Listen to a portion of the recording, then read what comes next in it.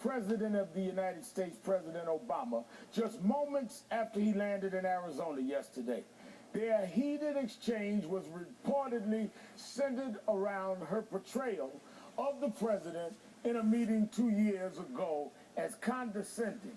According to reports, they were talking at the same time over each other. I don't care what differences you have. The pointing is unacceptable. It's flat out disrespectful. But she's not apologizing. He's very thin-skinned, and I thought that he was very thin-skinned. He walked away. I was in the middle of a sentence and he walked away. I wasn't angry at all. I felt a little bit threatened, if you will, in the attitude that he had, because I was there to welcome him. Thin-skinned? You felt threatened?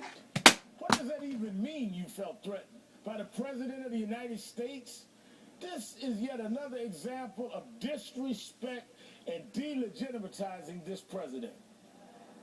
The reforms I'm proposing would not apply to those who are here illegal. He is an avowed Muslim. He has no legal right to be calling himself president. Well, yeah, I'm doing my best to try to get him out of the government. I just don't think that President Obama understands America. This kind of casually ugly talk is rare against a president. As for Governor Brewer, there is a history here. In June of 2010, she met with the president at the White House to discuss the Arizona immigration law. Here's how she described the meeting immediately afterwards to the press. It was a very cordial discussion. What was the tone like? Very cordial, very, very cordial. I feel that it was a successful meeting. I'm encouraged by that. A very cordial and successful meeting.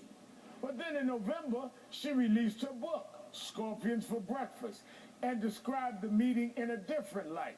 Quote, after a few minutes, the president's tone got serious and condescending. He proceeded to lecture me about everything he was doing. So, Governor Brewer, when were you telling the truth? When you just walked out of the meeting and told the press in front of the White House with a smile on your face how it was cordial and how the tone was very good, positive? Or when you wrote a book saying it was condescending and he was lecturing you? Were you trying to sell books or were you acting in front of the White House? And then let me ask this. You showed up yesterday at the plane with a letter to give the president, and you wanted to hand it to him. Here's a lady that had written a book attacking the president, a lady that is fighting the president on immigration, who the Justice Department has hit her state on racial profiling. You showed up with a letter. I've met with the last 3 presidents, one I marched on, in fact 2 of them, Clinton and Bush. But I've never showed up with a letter, because if you show up with a letter, you're looking for a confrontation. You're a governor. If you want to invite the president somewhere, you're talking to him. The only reason you bring a letter is to dramatize and confront. Joining me now is Joe Madison, host of